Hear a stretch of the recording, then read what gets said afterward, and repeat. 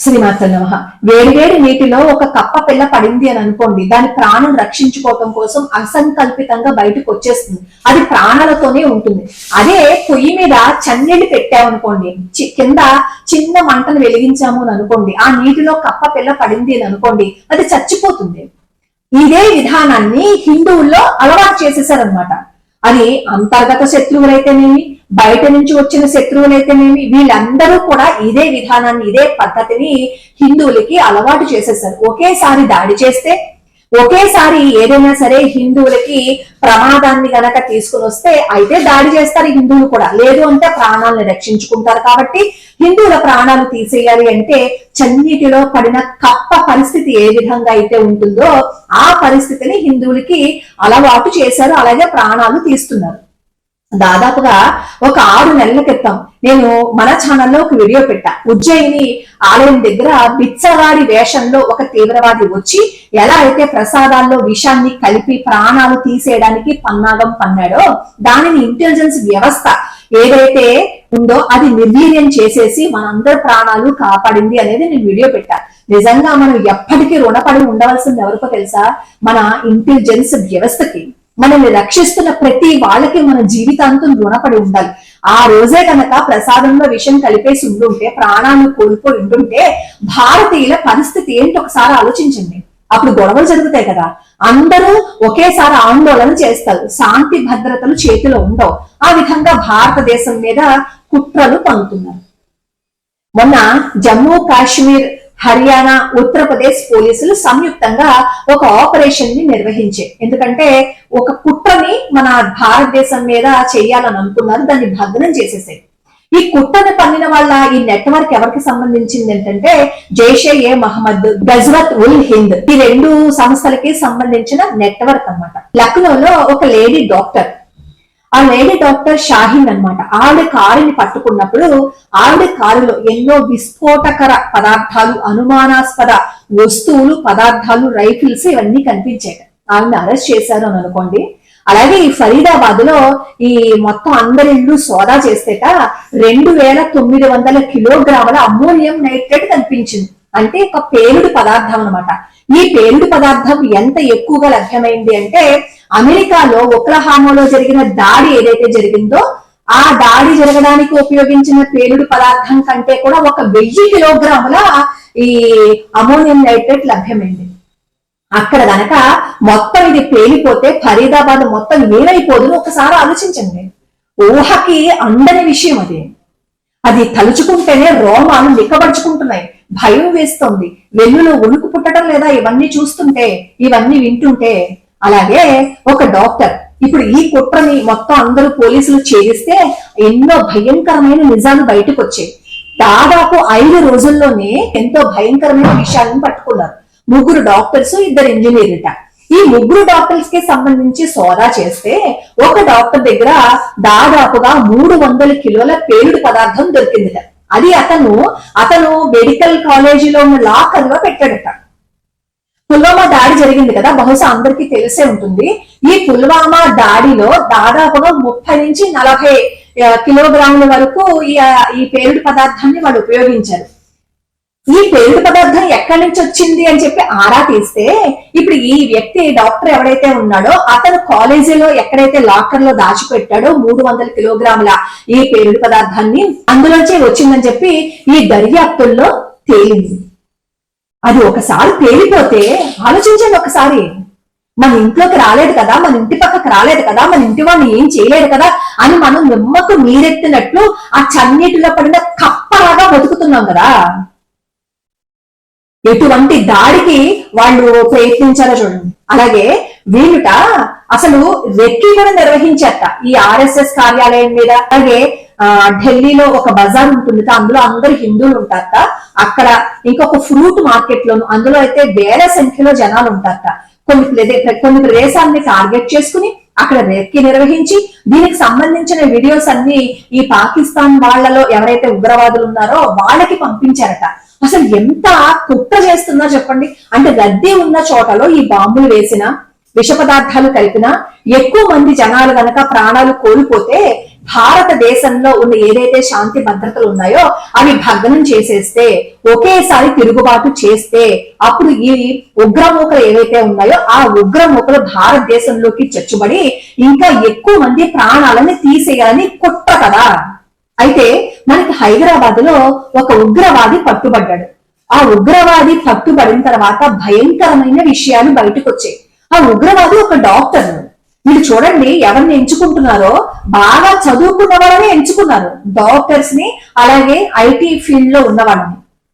ప్రజలకి వైద్యం చేయడం మానేసి ప్రజల ప్రాణాలు తీసేయాలి అని అనుకున్నారు అంటే వాళ్ళల్లో మత మౌఢ్యం ఏ లెవెల్లో ఉందో ఒకసారి చూడండి. అందరూ అంటారు ఈ ఉగ్రవాదులుగా మారిపోవడమేనా, మతం మారిపోవడమేనా, వాళ్ళ యొక్క పరిస్థితులు పేదరికాన్ని తట్టుకోలేక వీళ్ళు మారిపోతున్నారు అంటారు. అది శుద్ధ అబద్ధం. హిందువుల మీద దాడి ఎవరైనా చెయ్యాలని అనుకున్నాడు అంటే వాడు పేదరికమో లేదు అంటే దేనికో అమ్ముడు పోయి కాదు. మనం ఇంకా ఎందుకు ఇంత మూర్ఖత్వంలో ఉంటామో మనకు ఇప్పటికీ అర్థం కాదు. మన దేశం మీదకి దండయాత్రకి పరాయివాడు వచ్చాడు అంటే మన సంపదని కొల్లగొట్టడానికి మాత్రమే కాదు, మన అస్తిత్వాన్ని కూలదోసేయడానికి, మన భారతదేశాన్ని దోచేసుకుని హిందువుల ప్రాణాలు తీసేసి వాళ్ళు హిందూ ధర్మాన్ని, హిందూ దేశాన్ని ఆక్యుపై చేసుకోవాలని ఒక కుట్రతో వచ్చారు. సంపదని మాత్రమే కాదు, సంపదే కావాలని అనుకుంటే అన్నిసార్లు దాడులు చేయవలసిన అవసరం లేదు కదా. కానీ వచ్చిన ప్రతిసారి ఓచకోత కోసేసి ప్రాణాలు తీసేసి మతం మార్చేసి ఎలా అయినా సరే ఒక ఇస్లామిక్ దేశంగా మార్చేయాలనే పన్నాగం. అప్పటి నుంచి అదే పన్నుకుని వస్తున్నారు. ఇప్పుడు కూడా అదే జరగబోతోంది. ఆలోచించండి. ఈ ఆముదం నుంచి తీసిన ఈ రెసిన్ అనే విషయం ఏదైందో అది పబ్లిక్ స్థలాల్లో ఏ వాటర్ ట్యాంక్ లోనో ఎక్కడైనా కలిపేస్తే ఏం జరిగి ఉండేది? మన పోలీస్ వ్యవస్థ, మన ఇంటెలిజెన్స్ వ్యవస్థ ఏదైతే ఉందో అప్రమత్తంగా లేకపోయి ఉంటుంటే ఏం జరిగి ఉండేది ఊహించుకోవడానికే భయం వేయటం లేదా?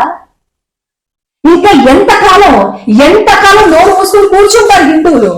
ఎప్పటికి నోరు తెరుస్తారు? ఎక్కడో జరిగింది మనకెందుకు ఇంటికి వచ్చేసాడు. ఇప్పుడు ఏం చేస్తారు? ఆ కప్పలాగా ప్రాణాలు కోల్పోవాలని అనుకుంటున్నారా? మాట్లాడలేమో మనం? ప్రతి ఒక్కడికి స్వార్థం, నాది, నా సొంతం, నా ఇల్లు, నా తోట, నాది నాది నాది నాది అంతే తప్ప మనది అని భావన మనకి ఎప్పుడూ లేదు, అది రాదు. ఒకవేళ ఎవరైనా సరే మనది అని చెబితే అక్కడి నుంచి వెంటనే తన్నుకుని వచ్చేస్తారు.